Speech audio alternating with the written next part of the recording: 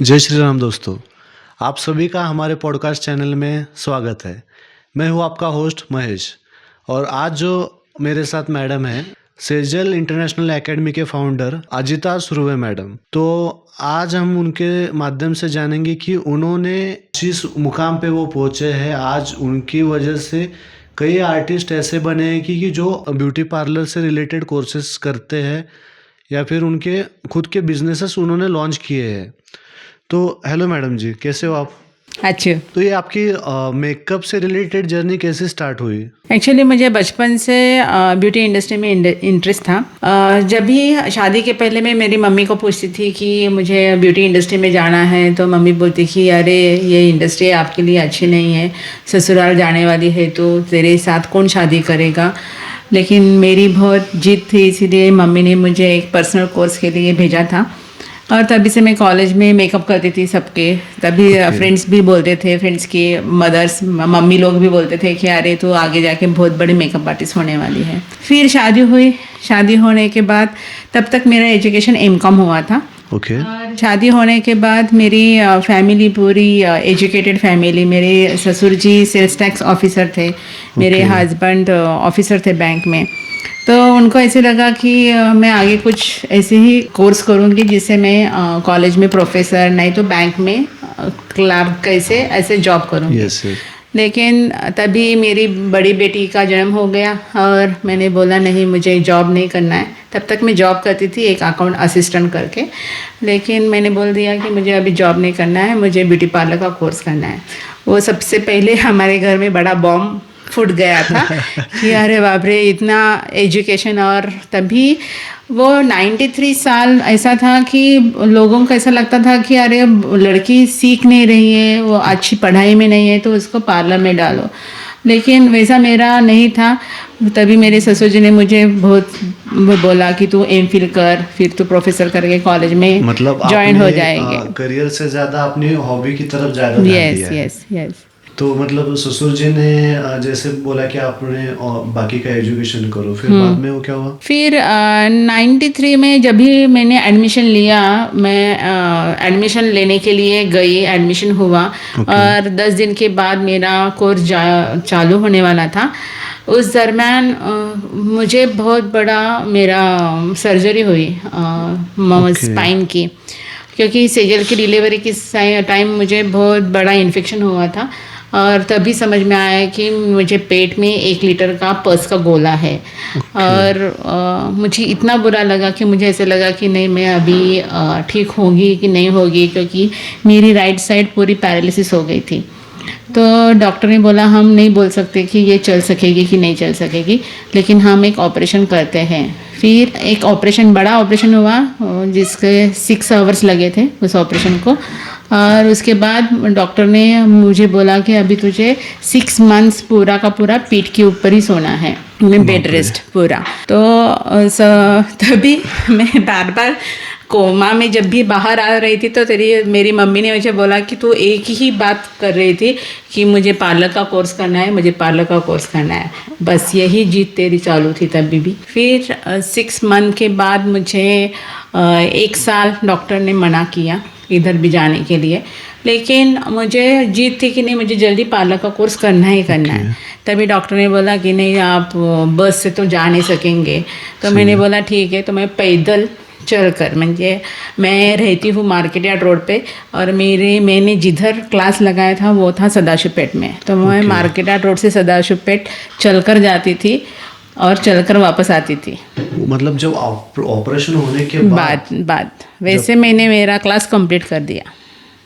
मतलब ऐसे शुरुआत आपकी हुई, हो मतलब गई। बाद में मतलब फैमिली की तरफ से सपोर्ट मिला आपको? बाद में मुझे पूरा का पूरा सपोर्ट मिला। ऐसे आपको अभी दिलचस्पी लगेगी मेरी हिस्ट्री जर्नी क्या है वो देखकर। क्योंकि मेरे ससुर जी बोले इसकी जिद है तो करने दो उसको, बाद में हम देखेंगे। तो मेरा कोर्स ख़त्म होने को आया और तभी मैंने बोला अभी मुझे ब्यूटी पार्लर डालना है। तो सब ने बोला नहीं, तो घर पे तो ब्यूटी पार्लर नहीं डाल सकेंगी, क्योंकि बाल काटना हमारे घर में अलाउड ही नहीं और है। ये 1993 93 की बात है, मतलब हाँ। वहाँ पे थोड़ा ब्रॉड ब्रॉड मैंडेट था, यस। तो मैंने बोला ठीक है हम शॉप देखते हैं, लेकिन उस टाइम इतनी कमाई भी नहीं थी मेरे हस्बैंड की कि मैं एक शॉप ले लूँ। तभी हमने 2-3 शॉप देखे थे, वो 1 लाख रुपीज़ में थे उस टाइम, उस टाइम। पे लेकिन वो 1 लाख किधर से लाना है वो भी प्रॉब्लम था, क्योंकि मेरे कोर्स भी तभी बेसिक कोर्स मेरा 8000 में था और एडवांस कोर्स मेरा 8000 में था। वो 16000 भी ऐसे ऐसे इधर इधर से करके मेरे हस्बैंड ने मुझे दिए थे। तो मेरे ससुर जी को पता लगा कि अरे नहीं, इसकी जिद बहुत है, पार्लर डालना है। तो उन्होंने मुझे एक शर्त रखी मेरे सामने। हमारा घर ऊपर नीचे है, तो ऊपर एक रूम दी मुझे और मुझे बोला कि तू, तेरी बच्ची, तेरा खाना, टिफिन वो सब लेकर जाना ऊपर, और 10 to 5 के बाद स्नान करके ही नीचे आना है, तब तक तुझे नीचे आने के लिए अलाउड नहीं है। क्योंकि उनको ऐसा लग रहा था कि बाल अगर बॉडी पे किधर रहे तो वो खाने में जाएंगे, तो हाइजीन के कारण उन्होंने ये शर्त रखी थी। लेकिन बाद में इतने क्लाइंट मेरे पास आना चालू हुए तो उन्होंने वो शर्त भी निकाल दी और वो ही हैप्पी हो गए कि अरे चलो अच्छा कमाती है मेरी बहू। जिद की तो उसका कुछ ना कुछ बेनिफिट मिला। यस। कुछ तो करियर में कुछ तो करके दिया। यस। तो फिर उस मतलब आपने तो स्टार्ट किया पार्लर का, जैसे घर से स्टार्ट किया। यस, रुखवत में जो मेरा बेड था और ड्रेसिंग टेबल था उसी से ऊपर चालू हो गया। मतलब उस टाइम पे क्या क्या चैलेंजेस आए आपको? उस टाइम मेरा लक भी अच्छा था, क्योंकि एक सैलून बहुत तेज़ी से चलता था, लेकिन उसकी शादी हो गई, इसीलिए वो सैलून बंद हो गया। तो तुरंत मुझे क्लाइंट मिल गए। तो वैसे मुझे स्टार्टिंग में परेशानी कुछ भी नहीं हुई। लेकिन 97 साल तक मैं एक जैसे ही पार्लर कर रही थी, ब्लीच, फेशियल, मैनिक्योर, पेडिक्योर। लेकिन एक ऐसे हो गया कि मैं स्टक हो गई कि अरे एक जैसे ही रूटीन है, मुझे ऐसा रूटीन नहीं चाहिए, कुछ तो क्रिएटिविटी चाहिए।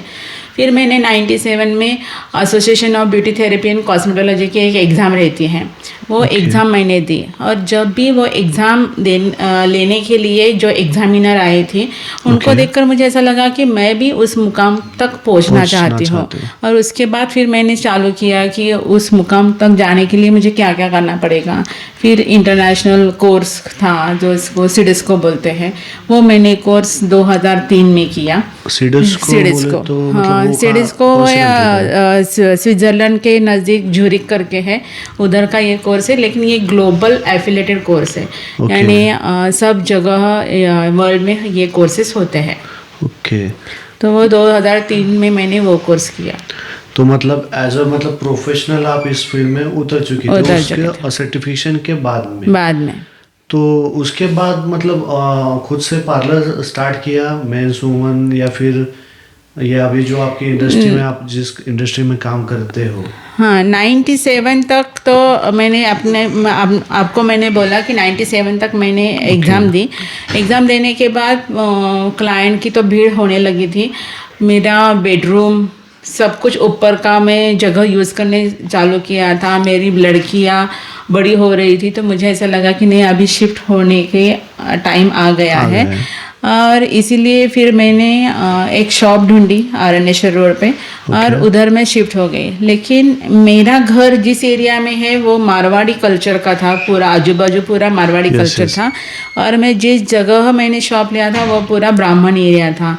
तो तभी मुझे सडनली एहसास हुआ कि अरे मेरी जगह चूज़ करने की थोड़ी गलती हो गई है। क्योंकि हाँ, उस टाइम पे 97 पे, क्योंकि तभी महाराष्ट्रियन लोग इतना पार्लर का कुछ करते नहीं थे जितना मारवाड़ी लोग करते थे। तो मैंने फिर एक अच्छा था कि मैंने घर का पार्लर बंद नहीं किया था, मैंने दोनों ही चालू रखे थे। फिर 2001 में मैंने तुरंत मार्केट यार्ड रोड पे, जिधर मेरा घर है उसके बाजू में ही मैंने एक फ्लैट लिया और घर का पार्लर पूरा उधर शिफ्ट किया। ऐसे इस बहाने से मेरे सडनली 2 साल में 2 जगह पार्लर चालू हो गए। मतलब 2 फ्रेंचाइजी आपके स्टार्ट हो गए। देन उसके बाद में जो प्रोसेस उसके बाद मेरे पास स्टूडेंट आना चालू हो गए थे। ऐसे करके करके मेरी जो बेसिक कोर्स हुए स्टूडेंट थे, उन्होंने मुझे बोला कि हमको भी सिडिस्को एग्ज़ाम देनी है। फिर 2008 में मेरी फर्स्ट सिडिस्को बैच बैठ गई मुंबई में एक सैलून एकेडमी है उनके, उधर मैंने मेरे स्टूडेंट सब लेकर गए और उधर बैठा है। इतनी हैप्पी थी उस दिन में कि पूछो मत। लेकिन सडनली दूसरे दिन मेरा बड़ा एक्सीडेंट हो गया अरे यार। और मेरा राइट लेग, राइट हैंड पूरा का पूरा इंजर्ड हो गया। मेरा नी में लिगामेंट्स, टेंडन टूट गए पूरे, बोन भी टूटा। अभी 3 स्क्रू डाले हैं उसमें मेरे नी में। तो वापस 6 मंथ्स का बेड रेस्ट वापस करना पड़ा। फिर बाद में पूरा बिजनेस थोड़ा मतलब डाउन। नहीं, एक अच्छा है मेरे असिस्टेंट, मुझे मेरा एक लक है ऐसे समझो, नहीं तो भगवान का देन है। मुझे हमेशा स्टाफ अच्छा मिला है। तभी भी मैं बीमार थी, तभी भी एक्चुअली दसरे के पहले एक दिन मेरा एक्सीडेंट हुआ था। तो मैरिज का पूरा सीज़न भरा हुआ था मेकअप का, और मुझे ऐसा लगा कि अभी सभी ऑर्डर कैंसिल हो जाएंगे। और मैं हॉस्पिटल में भी एडमिट हुई, वो मेरी क्लाइंट के हॉस्पिटल में ही एडमिट हुई थी। तो मेरे क्लाइंट ने भी सब ने बोला जिनके जिनके मेकअप है कि हम असिस्टेंट के पास मेकअप करेंगे, आप चिंता मत करो। तो मेरा बिजनेस लॉस किधर भी नहीं हुआ। और क्लाइंट के हॉस्पिटल में एडमिट थी तो मैंने फ्री में 3 स्क्रू लेके आई सिर्फ एक भी पैसा उन्होंने चार्ज नहीं किया। वो मेरा लक अच्छा था। तो उसके बाद में जब आपने रिकवर होने में कितना टाइम हो गया? 1 साल में मैं पूरे की पूरी रिकवर हो गई। यानी डॉक्टर ने भी बोला था कि आप चल नहीं सकेंगी फास्ट, ऐसे डॉक्टर ने बोला था। फिर उन्होंने वही केस फॉरेन में लेके गए। लेकिन मेरी विल पावर बहुत स्ट्रांग है पहले से ही। तो मैंने इसके ऊपर भी सॉल्यूशन निकाला और आधा घंटा रोज चलती थी फास्ट। तो मेरा नी अपने आप फिट हो गया बस। मतलब जो रिकवर होने के बाद फिर से आपने उसी जगह पे आपका क्लासेस चालू कर दिए? हाँ, तभी मेरे यहाँ और एक ब्रांच चालू हो गई, सिटी प्राइड, पुणे में सिटी प्राइड थिएटर है, उसके सामने मैंने मेरा बड़ा एकेडमी खोल दिया। जो मेरे छोटे थे। अभी मार्केट रेट का पार्लर मेरा 600 स्क्वायर फुट का है और एनएस का शॉप मेरा 300 स्क्वायर फुट का है। लेकिन ये 1200 स्क्वायर फुट की मैंने जगह ली और उधर मेरा एकेडमी पूरी की पूरी चालू हो गई। तभी मैंने ABTC स्कूल लिया, जो मैंने 97 में जो एग्ज़ाम दी थी उसी का स्कूल लिया, उसका एफिलिएशन लिया। और मैंने तभी से फिर मेरी एकेडमी जोर से चलने लगी। अलग अलग लोगों के साथ मैंने मेकअप के क्लासेस किए। पंडरी दादा जोकर जो अभी गुजर गए, सुशीला वासवानी भी गुजर गई है, किशोर ठक्कर, उनके पास मैंने कोर्स किए। फिर ऐसे करते करके 2016 को वापस सिडिस्को में अलग अलग ब्रांचेस रहते हैं। जैसे मैंने ब्यूटी सिडिस्को किया था। लेकिन एक बात बोलना मैं भूल गई, जब भी मेरा बड़ा एक्सीडेंट हुआ था तभी मुझे ऐसा लगता था कि मेरा टाइम वेस्ट हो रहा है, क्योंकि अभी मैं क्या करूँ, 6 मंथ ऐसे ही बैठे रहो। तभी मेरी मैम को पूछा कि मैं क्या कर सकती हूँ लेटे। तो उन्होंने मुझे बोला कि तो स्पा का ये चालू करो, पढ़ाई करना, और एरोमा थेरेपी का। और जब भी मैं चलना चालू की, मुझे स्टिक्स कंपलसरी था, तो मैं चलना चालू किया। तभी मैं मुंबई में जाती थी स्टिक लेकर। और मैंने स्पा और एरोमा थेरेपी के एग्ज़ाम दी थी सिडिस्को की तुरंत। यानी मैंने मेरा टाइम ऐसे कवर किया था, उस टाइम ऐसे हुआ था। और तभी जब भी जो आपने बोला कि बिजनेस में कभी आपको प्रॉब्लम आया क्या, इतना बड़ा एक्सीडेंट होने के बाद 2-3 ऐसे क्लाइंट थे कि मुझसे ही मेकअप करना चाहते थे। तभी लेफ्ट हैंड साइड में मेरा बेड था, तो मैंने लेफ्ट हैंड से वॉल के ऊपर आई शैडो की और लिपस्टिक लगाने की प्रैक्टिस की लेफ्ट हैंड से। और फिर उनके मेकअप, वो घर पे आया और उन्होंने मेरे से ही मेकअप किए। मैंने लेफ्ट हैंड से मेकअप किया उनका, क्योंकि मेरा राइट हैंड फ्रैक्चर था उस टाइम। लेफ्ट, हाँ। तो ऐसे मैंने, यानी जीत से कुछ भी मनुष्य करता है। मुझे ऐसा कभी नहीं लगता है कि अगर कोई किसको पैर नहीं है, किसको हाथ नहीं है, तो वो काम नहीं कर सकता। ऐसा कभी नहीं होता है। वो काम कर सकता है अगर आपकी विल पावर हो तो। और उस टाइम पे आपको तकरीबन 1 साल लग गया रिकवर लग गया। देन आपने फिर से अपना चालू किया। फिर 2016 में मेकअप सिडिस्को करके आया था। मुझे ऐसे स्कूल, सिडिस्को का स्कूल लेने की ऐसी चाहत भी नहीं थी। ऐसे लगता था कि मैं जो भी हो उसमें सेटिस्फाइड हो। लेकिन जब भी वो सिडिस्को की एग्ज़ाम लेने के लिए इंटरनेशनल एग्जामिनर आई थी, तभी मैं और मेरे 4 स्टूडेंट एग्ज़ाम में बैठे थे। और उनका काम देखकर उन्होंने ही मुझे पूछा कि तू स्कूल क्यों नहीं लेती है सिडिस्को का इंटरनेशनल स्कूल। तभी फिर मेरे दामाद और सेजल, उन्होंने बहुत सपोर्ट किया। और उन्होंने यही अभी हम जिधर बैठे हैं उन्होंने ये जगह ढूंढ के ली और 2016 में फिर मेरा इंटरनेशनल ब्यूटी स्कूल चालू हो गया। मतलब ये सीडेस्को का जो कंसेप्ट है वो मतलब एक्सप्लेन करेंगे कि मतलब ये कौन सी संस्था है जो कि ये ज्यूरिख की संस्था है सीडेस्को के, स्विट्जरलैंड की। और उधर सभी ब्यूटी के कोर्सेज चलते हैं जिसमें बेसिक ब्यूटी यानी एस्थेटिक बोला जाता है उसको। तो एक एस्थेटिक कोर्स रहता है जिसमें मशीनरी रिलेटेड सभी ट्रीटमेंट होते हैं। जिसमें यानी पिगमेंटेशन के लिए पिंपल ट्रीटमेंट, क्रस्ट रहा तो उसके लिए रहता है। फिर बॉडी थेरेपी रहती है जिसमें वेट लॉस, वेट गेन वो हम सिखाते हैं कि कैसे करने हैं मशीन के द्वारा। मशीन के द्वारा तो वो एक होता है उसमें। फिर स्पा सीडेस्को रहता है। स्पा सीडेस्को में पूरे स्पा रिलेटेड यानी पूरे बॉडी मसाज रहते हैं अलग अलग, यानी बैलेनीज, डीप टिश्यू, ऐसे अलग अलग तरीके से मसाज रहते हैं। स्वीडिश मसाज रहता है। तो ऐसे 10 टाइप के अलग मसाज रहते हैं उसमें। फिर मेकअप सीडेस्को में आपको मेकअप मीडिया और मेकअप आर्टिस्ट्री ऐसे दो बैचेस है उसमें। मेकअप मीडिया में पूरे 10 टाइप्स के मेकअप सिखाते हैं हम लोग, जिसमें ब्राइडल मेकअप रहता है, एयर ब्रश मेकअप रहता है, HD मेकअप रहता है, फोटोग्राफी, फैंटेसी, ऐसे 10 टाइप के अलग रहते हैं। और मेकअप आर्टिस्ट जो रहता है वो जो आप अपने पिक्चर में देखा रहेगा कि डेड बॉडीज कैसे तैयार करते हैं, जैसे इंजरी कैसे होती है, तो वो वाले सब मेकअप जो रहते हैं उसको प्रोस्थेटिक बोला जाता है। हाँ, तो वो मेकअप आर्टिस्ट में रहता है। फिर एरोमा थेरेपी करके और एक है सीडेस्को में। एरोमा थेरेपी यानी अगर आपने चंदन यानी सैंडलवुड से अगर ऑयल किया है, नहीं तो गुलाब की पंक्तियाँ जो है उससे अगर आपने ऑयल किया है, तो वो ऑयल अगर आपने हेड में डाला यानी सिर में डाला आपने, तो 20 मिनट्स में वो किडनी तक पहुंचता है। इतना नेचुरल ऑयल रहता है और उसी से आपके जो भी मेडिकल इशू है वो आप कवर कर सकते हो। तो एरोमा थेरेपी बहुत प्राचीन पुराने काल से अस्तित्व में है, लेकिन उसको इतनी पब्लिसिटी नहीं मिली है।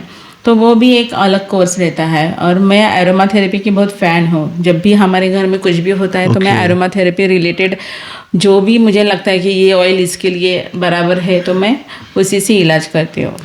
मतलब ये जो एरोमा थेरेपी बता रहे हो आप कि इसमें मतलब कौन सा भी अगर हेल्थ इश्यू होता है तो उसके लिए अलग अलग ट्रीटमेंट है उसके अंदर। यस, उसके लिए है। मेरे तो बहुत सारे स्टूडेंट मुझे फ़ोन करते थे कोरोना के टाइम कि मैम एरोमा का ऑयल निकालो कोरोना के लिए। मैंने बोला शॉप बंद है, ऑयल लाओ किधर से मैं अभी।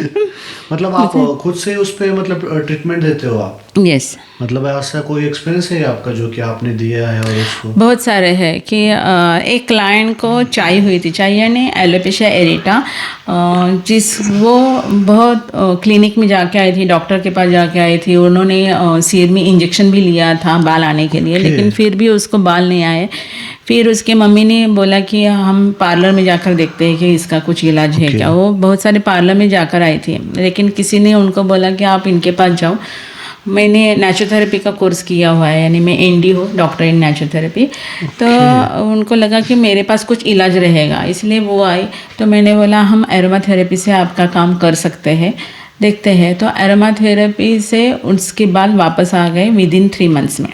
सीरियसली? मतलब पूरे तरीके से जो पैचेस होते हैं या जो गॉन होते हैं जो हेयर्स, वो इस थेरेपी से आ सकते हैं? मतलब ऐसा क्या इसमें, मतलब इस थेरेपी के अंदर ऑयल है, पूरे नेचर से मिले हुए ऑयल है इसमें, मतलब नेचुरल प्रोडक्ट्स। एक्चुअली क्या है, ये एरोमा थेरेपी की हिस्ट्री कैसे है कि ये साइंटिस्ट जो था एरोमा थेरेपी जिसने निकाली, लैब में वो काम कर रहा था।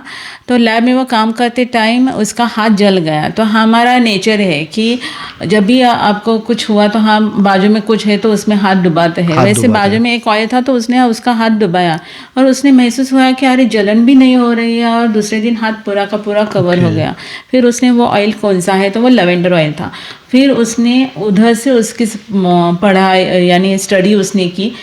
फिर उसको पता लगा कि ये एक एरोमा थेरेपी है ऐसे, और उधर से ये एक्चुअली थेरेपी अस्तित्वत हो गई। मतलब ये जो एरोमा थेरेपी है, मैंने मतलब आज पहली बार इसके बारे में जाना है। तो ये ऐसा मतलब कौन सा प्रोडक्ट से वो हेयर ऑयल बनाते हैं कि जो प्रोडक्ट नहीं है। अगर मैंने बोला कि चंदन है तो चंदन के खोट जो रहता है हाँ। उसी से वो ऑयल आता है। ओके। ऐसे अलग अलग है। अगर कैमोमाइल है तो कैमोमाइल के फ्लावर से आता है। लवेंडर है तो लवेंडर के फ्लावर से ऑयल निकालते हैं और वो ऑयल निकालने का तरीका भी अलग रहता है। स्टीम डिस्टिलेशन के तरह वो निकाला जाता है। जैसे हम अगर एक पानी बॉईल वाटर बॉईल किया है हमने और उसके ऊपर हम ढक्कन रखते हैं तो वो जो स्टीम होती है वो स्टीम ही ये लोग कलेक्ट करते हैं। जैसे अगर गुलाब की पत्तियां है वो पानी में डाली और पानी उबाला तो उसका जो स्टीम ऊपर आएगा Yes, yes. तो वही स्टीम कलेक्ट करते हैं, उसमें से वाटर निकाल देते हैं और ऑयल सेपरेट होता है। तो ऐसे इस ऑयल से ही ये ऑयल इतना प्योर रहता है। अगर आपने एक बाउल में निकाला और किसी का फ़ोन आया और Okay. अपने फ़ोन में बातें करने के बाद आपने देखा तो ऑयल उड़ जाता है। इतना ऑयल ये प्योर रहता है। तो इसमें थोड़ा कैरियर ऑयल मिक्स करना पड़ता है जिससे आप ट्रीटमेंट कर सकते हो। एक तो मेरा अनुभव ऐसा है कि मेरी एक स्टूडेंट थी जो मेरे पास एरोमा थेरेपी सीखी थी। Yes, उसकी भतीजी थी 3 साल की। तो वो किधर ट्रिप के लिए जा रहे थे और उसकी मम्मी ने बर्तन में वाटर बॉईल करके रखा था किचन ओके, के डेस्क के ऊपर। फिर वो जल्दी में आई और उसने वो जो बर्तन था वो उसके खुद के ऊपर गिरा तो पूरा का पूरा ये जल गया था। तो मेरी वो स्टूडेंट ने उसने मुझे फ़ोन किया कि मैम ऐसा ऐसा हुआ है। ओके। तो मैं ऑयल पूरा मिक्सर तैयार करके गई थी और मैंने उनको बोला कि सिर्फ ये ऑयल इधर लगाओ। लेकिन उसने डॉक्टर को पूछा तो डॉक्टर बोले ऐसा कुछ भी ऑयल नहीं लगाना है, बाद में हमको प्लास्टिक सर्जरी ही करनी पड़ने वाली है इसके ऊपर। ओके। क्योंकि पूरा जला हुआ था। वो 55% पूरा जली थे उसकी चेस्ट। तो मेरी स्टूडेंट का मेरे ऊपर इतना भरोसा था, उसने डॉक्टर को बोला हाँ हम नहीं लगाते। ओके। और वो डॉक्टर जाने के बाद उसने वो पूरा क्रीम पोंछ दिया जो डॉक्टर ने लगाया हुआ था। फिर उसने वो एरोमा का ऑयल लगाया। शाम को वापस डॉक्टर राउंड पे आते थे तो वापस वो ऑयल पोंछती थी, वापस उनका क्रीम लगाती थी। ऐसे 15 डेज में वो लड़की पूरी की पूरी क्योर हो गई। और अभी मैंने बात हुई 8 दिन पहले ही, तो मैंने उसको पूछा कि वो तेरे भतीजे के ऊपर कुछ दाग भी रहे क्या, तो वो बोली नहीं उसकी शादी भी हो गई और एक भी दाग नहीं है उसके ऊपर। तो एक्चुअली मतलब ये इतना परफेक्ट रिजल्ट देती है एरोमा थेरेपी। तो हेयर के लिए, हेयर ग्रोथ के लिए या फिर जो कि आजकल की जो बॉयज़ की भी समस्या है, कई बार लड़कियों की भी समस्या है कि हेयर फॉल ज़्यादा होता है। जैसे कि वो कंघी करते हैं तो बाल आते हैं बराबर, या फिर बॉयज़ की जब कंघी करते हैं तो वो बाल निकल के पड़ते हैं। तो इसके लिए मतलब क्या कर सकते हैं हम? एक तो इसमें एडवांस कोर्स में एक ट्रीटमेंट है हाई फ्रीक्वेंसी ट्रीटमेंट, ये आप कर सकते हैं। एरोमा थेरेपी की एक ट्रीटमेंट कर सकते हैं। नहीं तो अभी ये आया है हेलमेट आया है, लेज़र हेलमेट। तो उसी का यूज़ करके और डर्मा रोलर उसी का यूज़ करके आप ट्रीटमेंट कर सकते हैं। एक मेजोथेरेपी भी है। ऐसे अलग अलग ट्रीटमेंट आया है। जब अभी थोड़ा एडवांस ब्यूटी में भी बहुत एडवांस आया है, लेज़र आया है, मेजोथेरेपी आया है, रेडियो फ्रिक्वेंसी आई है। तो अलग अलग मशीन से ट्रीटमेंट की जाती है अभी। मतलब ऐसा कोई नेचुरल ऑयल है जिससे आप उन लोगों मतलब यूज कर सकते हैं? एरोमा का ही ऑयल है। मतलब वो कैसे, किस प्रोडक्ट से बनता है और कहाँ पे नहीं, मिलता मैंने है? वो वही बोला ना, नेचुरल है। जैसे मैंने अभी बोला चंदन के खोर से, वैसे वो एरोमा थेरेपिस्ट मतलब तैयार करके आपके देते पास हैं। वो मिल जाएगा, यस। उसका रिजल्ट कितने दिनों में मिलता है? डिपेंड्स आपके बाल क्यों झड़ रहे हैं, क्योंकि जब भी ये हम ऑयल देते हैं उसके पहले हम हिस्ट्री पूछते हैं। आपके घर में किसी को बालनेस आया है क्या पहले से, तो वो उसी से हमको पता लगता है कि आपकी हार्मोनल लेवल क्या है। और उसके बाद क्योंकि स्काल्प भी चेक करना पड़ता है, स्काल्प चेक करने के बाद मुझे पता लगता है कि हार्मोनल इम्बैलेंस है क्या, और उसके बाद ही मैं ऑयल देती हूँ। ओके। तो जैसे कि आप कह रहे थे कि ये भी आपने कोर्स किया है, मेकअप आर्टिस्ट का भी आपने कोर्स किया है, तो ये मेकअप की इंडस्ट्री कितनी बड़ी है आज के दिनों में? बहुत देखा जाए तो 2028 को 32 करोड़ का ब्यूटी का बिजनेस होने वाला है पूरा का पूरा। क्योंकि अभी लड़की 7th 8th में गई तो उसको लगता है कि मैं सुंदर दिखनी ही चाहिए, दिखनी चाहिए। तो इसीलिए वो पूरी की पूरी खुद को तैयार करती है, लड़की हो या लड़का हो। अभी आप जॉब के लिए इंटरव्यू देने के लिए जाएंगे तभी आपका क्या देखते हैं पहले लोग कि पर्सनल आप कैसे दिखते हो, आपका छाप पड़ता है कि नहीं दूसरे लोगों के ऊपर।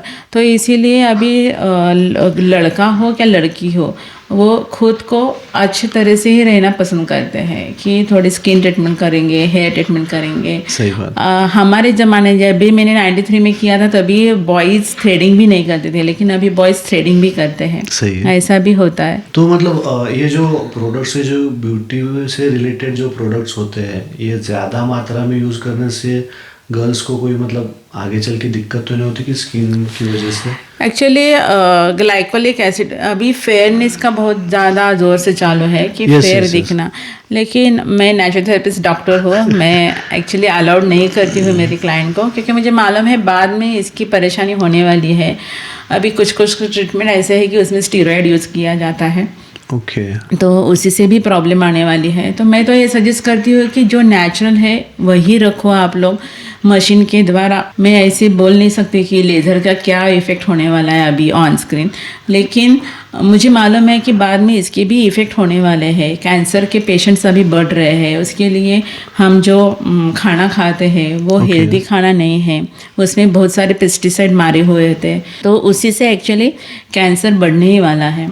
तो मेरा एक सजेशन हमेशा रहेगा, और मैं हमेशा देती भी हूँ मेरे स्टूडेंट लोगों को, कि एक तो हेल्दी खाओ, नेचुरल फूड जो है नेचर से हुए विदाउट पेस्टिसाइड सब्जी मिलती है अभी, वो यूज़ करो, और नेचर के साथ रहो हमेशा, तो आपकी स्किन अच्छी ही रहेगी। लेकिन जो लोग अभी फिल्म इंडस्ट्री में हैं, जो आर्टिस्ट है, मेकअप आर्टिस्ट है, या फिर जो फिल्म से रिलेटेड जिन फील्ड में काम करते हैं, वीडियोग्राफी में या फिर शूट में या फिर मूवीज़ में, शॉर्ट मूवीज़ में, तो उनको तो डेली के डेली फेस पे मतलब मेकअप का थोड़ा बहुत यूज़ करना पड़ता है।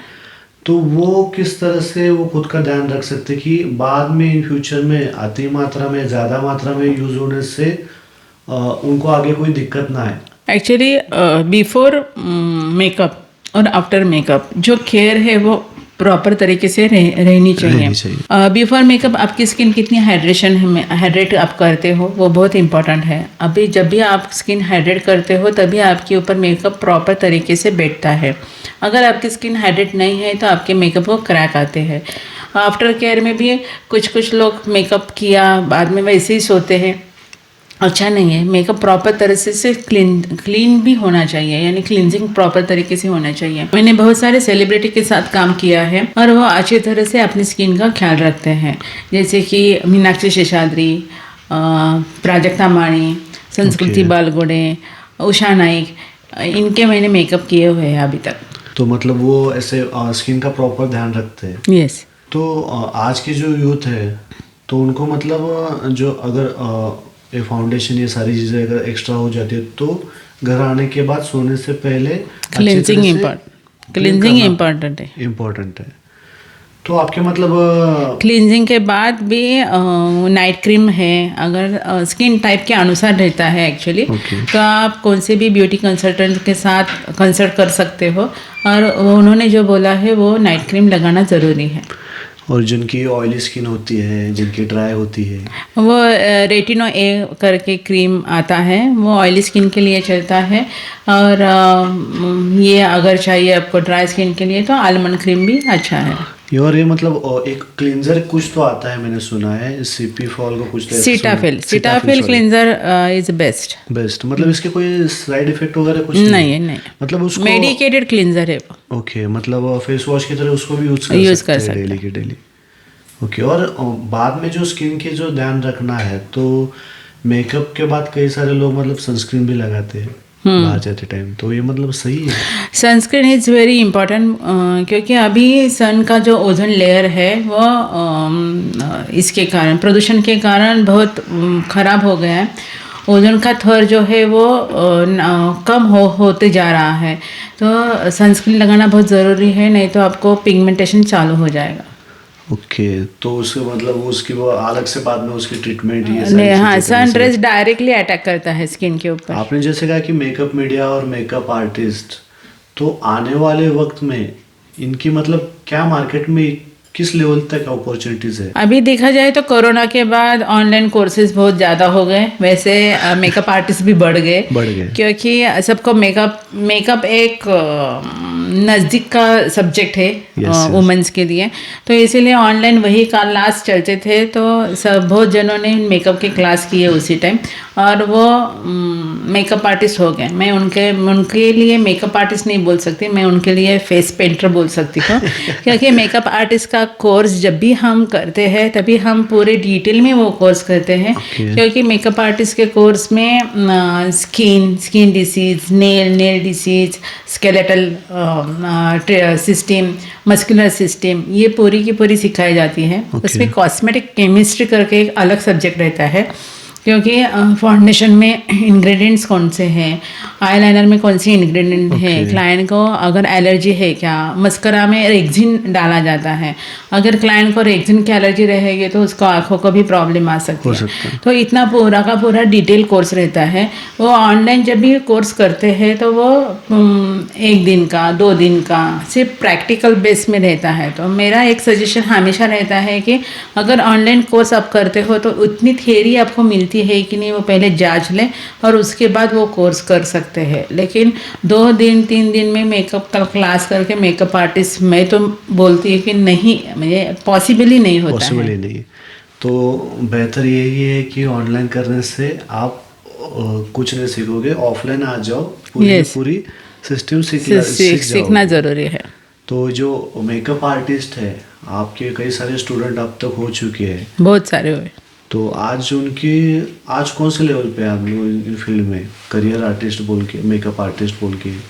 मेरे दो स्टूडेंट तो फिल्म में काम करते हैं अभी, मैं एज ए मेकअप आर्टिस्ट करके। Okay. और बाकी सब ने फ्रीलांसिंग किया हुआ है। कुछ लोगों ने खुद की एकेडमी डाली हुई है, कुछ लोग आराम से पार्लर के साथ मेकअप की सर्विसेज देकर आराम से पैसा कमा रहे हैं।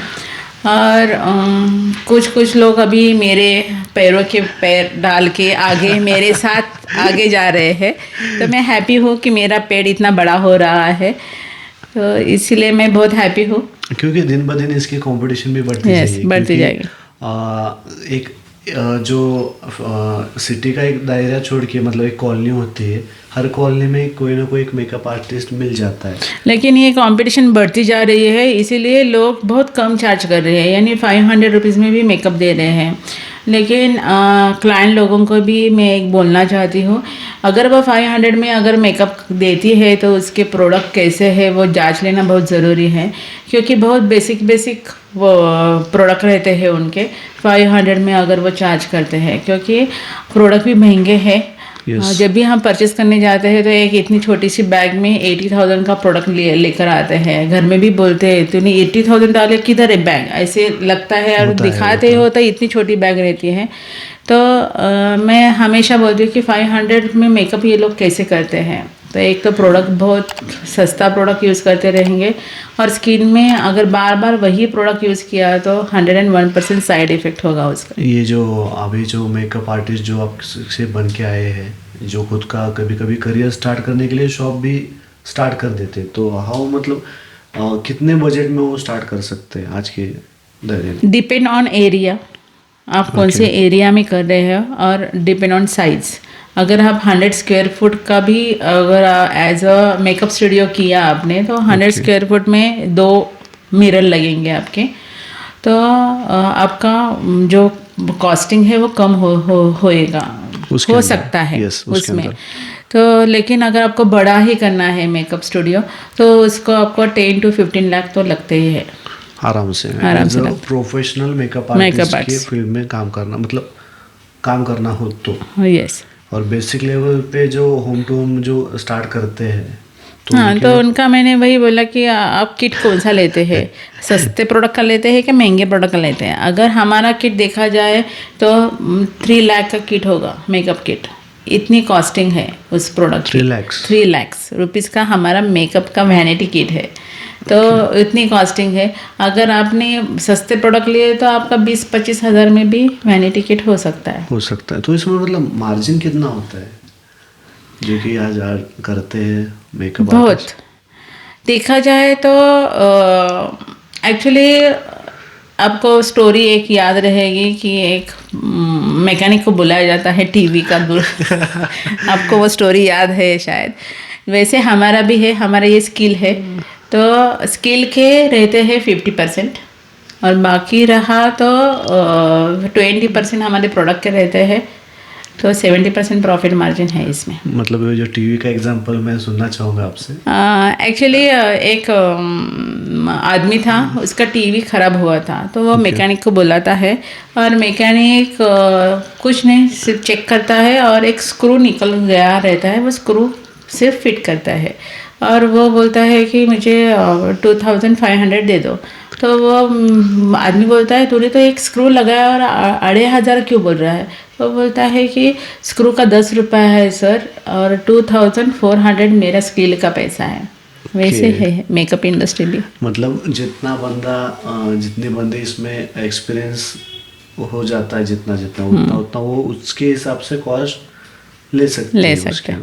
एक है मेकअप आर्टिस्ट को दूसरे के घर जाना पड़ता है, तो ट्रैवलिंग अभी बहुत ज़्यादा हो रहा है, तो ट्रैवलिंग के चार्जेस भी बढ़ रहे हैं, तो इसीलिए ये प्रॉफिट मार्जिन थोड़ा 70 से 60 पे भी आ सकता है। तो मगर आने वाले दिनों में आपका कैसा प्लान है इस बिजनेस को आगे ग्रोथ करने का? अभी की इंडस्ट्री, कोरोना के बाद की इंडस्ट्री बहुत ही ऑनलाइन शिफ्ट हो रही है। मैं भी ऑनलाइन शिफ्ट हो रही हूँ, लेकिन मैंने मेरे कोर्स में जब भी मैंने पहले भी बोला कि ऑनलाइन में बहुत शॉर्ट सिलेबस देते हैं, वैसा मैं नहीं देती हूँ। मैंने बहुत सारा सिलेबस डाला है मेरे कोर्स में भी। मैंने skeletal system, muscular system, skin disease, nail disease सब सिखाती हूँ। तो अभी मैं स्टार्टिंग में बेसिक ब्यूटी कोर्स सिखा रही हूँ, एरोमा थेरेपी भी सिखा रही हूँ और बेसिक ब्यूटी सिखा रही हूँ। ये 2 कोर्स मैंने लॉन्च किए हुए हैं। तो इसका मतलब एक क्या एक्चुअली है क्या उसके अंदर? जो लोग कुछ भी नहीं कर सकते हैं उनको कुछ तो करना है, क्योंकि बहुत सारे वुमेन्स मैंने देखे हुए हैं घर में ही अटक गए हैं फैमिली प्रॉब्लम के कारण, लेकिन उनको खुद का सेल्फ रिस्पेक्ट के लिए कुछ तो पैसा कमाना है उन लोगों के लिए। तो उनके लिए मैंने ये कोर्स किया है एक्चुअली, कि जो ये सीखकर घर में ही पार्लर चालू कर सकते हैं, खुद का पार्लर चालू कर सकते हैं, जैसे मैंने किया। और कुछ दिन के बाद फिर वो प्रोफेशनली बाहर शॉप लेकर भी पार्लर चालू कर सकते हैं। लेकिन मेरा कोर्स घर में 101% उस कोर्स से वो पार्लर चालू कर सकते हैं। अभी क्या हो रहा है कि जो गर्ल्स है, लेडीज़ है, वो पार्लर की फील्ड में है, लेकिन ये यूजुअली अभी इस टाइम पीरियड में देखा जा रहा है कि जेंट्स की भी पार्लर्स अलग लेवल पे स्टार्ट होते जा रहे हैं। तो उनके बारे में आपका कहना क्या है? एक्चुअली जेंट्स के लिए अलग पार्लर हो तो अच्छा है। अभी यूनिसेक्स भी एक आया है कि लेडीज़ और जेंट्स एक ही जगह जाते हैं। मेरी एक स्टूडेंट है, उसने ऐसे पार्लर चालू किया, लेकिन उसको बहुत बार प्रॉब्लम आ रही थी, इसीलिए उसने बंद किया, क्योंकि जेंट्स लोग अलग ही डिमांड करते हैं आने के बाद। अगर लेडीज़ पार्लर में आए तो अलग डिमांड रहती है उनकी, तो उन्होंने वो बंद किया। तो इसलिए मुझे हमेशा लगता है कि लेडीज़ और जेंट्स का सेक्शन अलग अलग ही रहना चाहिए, और मेल पार्लर सैलून चलने ही वाले हैं, क्योंकि मैंने जैसे बोला कि अभी लड़कियां नहीं लड़के भी खुद को हैंडसम लगना ज़रूरी है, उनको ऐसे लगता है, तो वो तो हमेशा ये बिज़नेस आगे जाने वाला है। तो ये मेकअप इंडस्ट्री तो ठीक है, क्योंकि ये जो स्किन को एक 2-3% मतलब एक स्किन की जो वाइटनेस है वो बढ़ाती है। लेकिन बाकी की जो कंपनी आज की है कि फेयर करने वाली की, या फिर ये क्रीम लगाओ इससे आपका मतलब स्किन टोन बढ़ जाएगा, तो एक्चुअली में सच में इतनी स्किन टोन वाइट होती है उनकी, या फिर सिर्फ ये ब्लीच होती है स्किन? उससे ब्लीच होती है। अमोनिया और हाइड्रोजन पेरोक्साइड रहा तो उससे से वो ब्लीच होती है, और जब भी आप क्रीम बंद करते हो तो स्किन आपकी वापस जो पहली थी उस आ सकता है, वो ही टोन आ सकता है। बिजी शेड्यूल में हम लोगों को ऐसा यूज़ करना चाहिए, फिर नेचुरल की तरफ जाना चाहिए? मैं तो सजेस्ट करती हूँ नेचुरल की तरफ ही जाइए। तो उसमें क्या कर सकते हैं हम? घर में गोभी, पोटैटो, वो बहुत अच्छा है। वो खुद ब्लीचिंग इंग्रेडिएंट्स है ओके उसमें खुद, तो वो आप लगा सकते हैं। बनाना बहुत अच्छा है, बनाना आप हनी के साथ मिक्स करते हो तो वो भी अच्छा इफेक्ट देता है, ओके वो आप ट्राई कर सकते हो। सिर्फ अगर आपको कबेज लगाना है यानी गोभी लगाना है तो उसका ध्यान रखो, क्योंकि गोभी में सेल्फ ब्लीचिंग इंग्रेडिएंट्स बहुत स्ट्रांग है, तो इरिटेट होगी स्किन। उसमें कुछ ना कुछ मिक्स करना पड़ेगा आपको। Okay. ओट मिल मिक्स करो, नहीं तो कौन सी भी दाल की जो ये Yes. रहते हैं फ्लावर रहता है वो मिक्स करो, तो उसी के साथ आप कर सकते हो। प्रोडक्ट लगाना है तो आप मॉइस्चराइज़र 101% लगाओ। अगर आप बोलते हैं कि डेली शेड्यूल में हम ये किधर करेंगे गोभी और पोटैटो, तो मैं बोलती हूँ एक सनब्लॉक और मॉइस्चराइज़र लगाना बहुत ज़रूरी है। फेयर स्किन होने का जो आप लोग ट्राई करते हो वो मत करो, क्योंकि बहुत सेलिब्रिटी लोगों को भी अभी पश्चाताप हो रहा है कि अरे मैंने ये ट्रीटमेंट क्यों की, क्योंकि उसका साइड इफ़ेक्ट 101% है। तो आपने कहा कि सेलिब्रिटीज लोगों के साथ भी आपने कई बार काम किया है, वर्क किया है उनके साथ, तो मतलब चार्जेस क्या होते हैं आप उसके वहाँ पे? सेलिब्रिटी एक तो हमको जिस सीरियल के लिए वो आए हैं वो लोग हमको टाइप करते हैं। सेलिब्रिटी हमको पैसा नहीं देती है, ओके वो कंपनी हमको पैसा देती है। जैसे कि मैंने चला हवाई योद्धा के लिए काम किया था उषा नाइक का, तो वो कोऑर्डिनेटर जो था वो मुझे पेमेंट करता है। तो हमको एक तो सेलिब्रिटी को मेकअप करना है, उसमें हमको बहुत आनंद मिलता है Yes, कि yes. चलो पब्लिसिटी हमारी भी होने वाली है। यस यस तो नॉमिनल चार्जेस हम लेते हैं 5,000 से 20,000 तक पैसे रहते हैं वन टाइम का वन टाइम का। ओके तो डिपेंड ऑन कोऑर्डिनेटर रहता है वो। ओके मतलब वो तो ये जो प्रोग्राम चलते हैं तो कंसिस्टेंसी चलते हैं ना? कंसिस्टेंसी रहते हैं।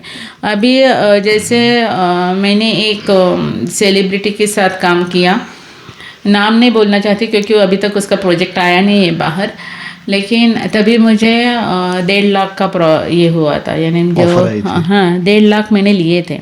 जब भी उनकी पूरी टीम का मैंने मेकअप किया था तो 1.5 लाख 2 डेज का ही था प्रोग्राम, लेकिन मैंने 1.5 लाख लिए थे। मतलब यहाँ पे सिर्फ अमाउंट जो है वो स्किल की है, स्किल की है, एक्सपीरियंस की है। यस। कई बार आप जो मेकअप आर्टिस्ट होते हैं या फिर जो पार्लर वाले होते हैं वो लेजर ट्रीटमेंट करते हैं, तो डॉक्टर्स भी जो स्किन स्पेशलिस्ट होते हैं वो भी लेजर ट्रीटमेंट करते हैं, तो इन दोनों में फ़र्क क्या है और किसके ज़रिए, मतलब ब्यूटिशियन से करना चाहिए लेजर ट्रीटमेंट अगर करना हो तो, या फिर स्किन स्पेशलिस्ट जो डॉक्टर होते हैं उनसे करना चाहिए? एक्चुअली क्या है ब्यूटी इंडस्ट्री में जो सिडेस्को हुए हैं, क्योंकि सिडेस्को का जो सिलेबस रहता है वो फर्स्ट ईयर मेडिकल का सिलेबस रहता है। ओके उसमें पूरे के पूरी सिस्टम रहती है बॉडी की। ओके तो इसीलिए सिडेस्को पास आउट जो स्टूडेंट है तो वो लेज़र और ये सब कुछ ट्रीटमेंट कर सकती है, क्योंकि उसने वो स्किन को ज़्यादा से ज़्यादा पढ़ा हुआ है, स्किन डिसीज क्या है Yes. उसको सब कुछ मालूम है, स्किन की लेयर्स क्या है, किधर तक ये काम करने वाला है। उसमें और एक सिलेबस में रहता है इलेक्ट्रिसिटी रहता है और फिजिक्स रहता है, यानी केमिस्ट्री भी रहती है। तो मशीन के साथ अगर आप काम करते तो आपको इलेक्ट्रिसिटी भी उतनी मालूम होनी बहुत ज़रूरी है कि ये मशीन किस बेसिस के ऊपर काम करता है। ओके तो इसीलिए मैं सजेस्ट करती हूँ कि अगर वो जो भी लेज़र और एडवांस ट्रीटमेंट करती है यस तो क्लाइंट ने उनको चूज़ करना चाहिए। मैं ऐसा नहीं बोलती कि डॉक्टर के पास नहीं जाना चाहिए, डॉक्टर भी है, लेकिन डॉक्टर में भी 2 टाइप के हैं, एक है डर्माटोलॉजिस्ट और दूसरा है कॉस्मेटोलॉजिस्ट। डर्माटोलॉजिस्ट को मशीन के बारे में इतना मालूम नहीं रहता है, वो सही सिर्फ है। प्रिस्क्राइब करता है, मेडिसिन प्रिस्क्राइब करता है। ओके कॉस्मेटोलॉजिस्ट को कॉस्मेटिक के बारे में भी मालूम रहता है और मशीन के बारे में भी मालूम रहता है। अगर आपके डॉक्टर के ऊपर, स्किन स्पेशलिस्ट के ऊपर आपको भरोसा है तो आप उनके पास भी जाकर ट्रीटमेंट कर सकते हो, लेकिन आपका कितना भरोसा किसके ऊपर है वो सभी डिसीजन क्लाइंट के ऊपर ही रहेगा। सही है। क्योंकि कभी कभी क्लाइंट को ब्यूटिशियन अच्छी लगती है, कभी कभी क्लाइंट को डॉक्टर अच्छे डॉक्टर लगते अच्छा हैं। लगता है। लेकिन मैंने देखा हुआ है कि मशीन का नॉलेज कोई भी करो, यानी ब्यूटिशियन करो, डॉक्टर करो, ज़रूरी है ये नॉलेज लेना, क्योंकि ये मशीन क्या है। काम करता है, क्या है उसके मैकेनिकल बाद में, यानी कौन से मैकेनिक के ऊपर वो मशीन खड़ी है, वो जानना बहुत ज़रूरी है। सही है। और ये जो कि आज के यूथ को जो दिक्कत आ रही है वो पिगमेंटेशन की, क्या 100% वो ट्रीटमेंट से पिगमेंटेशन जाता है क्या? 100% पिगमेंटेशन नहीं जाता है। Okay. पिगमेंटेशन कम हो सकता है, लेकिन पूरा का पूरा पिगमेंटेशन नहीं जाता है। एक तो पिगमेंटेशन आने के रीज़न क्या है वो पहले जांच करना चाहिए। एक सन के कारण आया हुआ है क्या, हार्मोनल इम्बैलेंस के कारण आया हुआ है क्या, तो वो पहले देखना ज़रूरी है।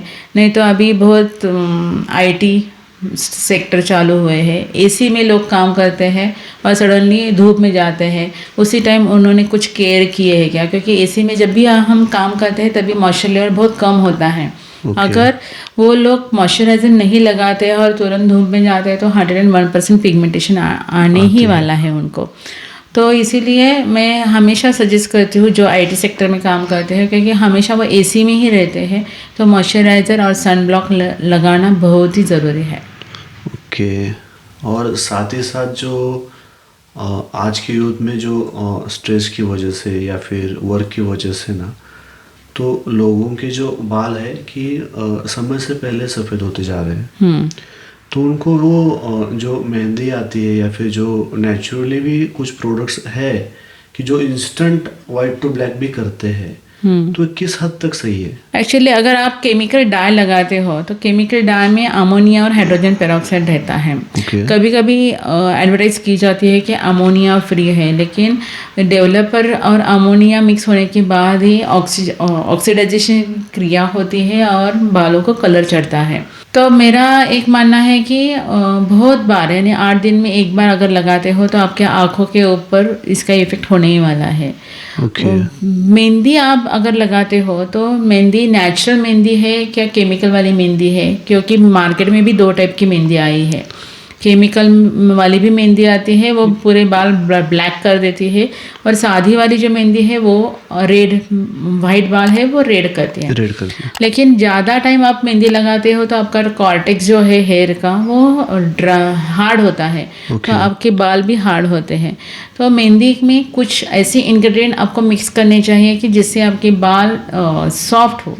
जैसे कि आंवला आप डाल सकते हैं, कचौरी सुगंधी डाल सकते हैं, जायफल पाउडर डाल सकते हैं जो बालों के लिए अच्छी है। तो ये आप इंग्रेडिएंट्स डाल सकते हो। प्रोटीन चाहिए तो अगर आप एग्स खाते हो, एग्स का बास आपको अच्छा लगता है क्योंकि वो बहुत उसके बास बहुत आती है एग की, तो एग आपको डालना है तो आप एग भी डाल सकते हो, बीट रूट डाल सकते हो, जिससे आपके बालों की कंडीशनिंग अच्छी हो जाएगी। तो जो कि शैम्पू करने के बाद भी कंडीशनर यूज़ होता है आज बड़ी मात्रा में। यस। तो मतलब कई लोग, मतलब कंडीशनर मालूम ही नहीं कई लोगों को जो कि विलेजेस में रहते हैं, जो ग्रामीण सेक्टर जो है अपना सिटी का, वहाँ पे कंडीशनर क्या मालूम नहीं, सिर्फ शैम्पू जो सैसे लेते हैं वो यूज़ करते हैं। तो मतलब उनको कैसे ख्याल रखना चाहिए उनके बालों का? अगर उनके पास अगर प्रोडक्ट नहीं है तो मैं घरेलू नुस्खा बोलती हूँ आपको। तांदूळ, राइस आप भिगाओ, राइस का पानी जो है वो बॉईल करो, उस पानी छान लेना और उस पानी से आप बाल धो सकते हो शैम्पू होने के बाद। ये वो शाइन देता है बालों को, तो ये एक अच्छा है। बाकी जवस भी अच्छा है। जवस भी आपने अगर बॉईल किया, उससे पानी निकाला, छान लिया और वो पानी लगाया, वो भी अच्छा है।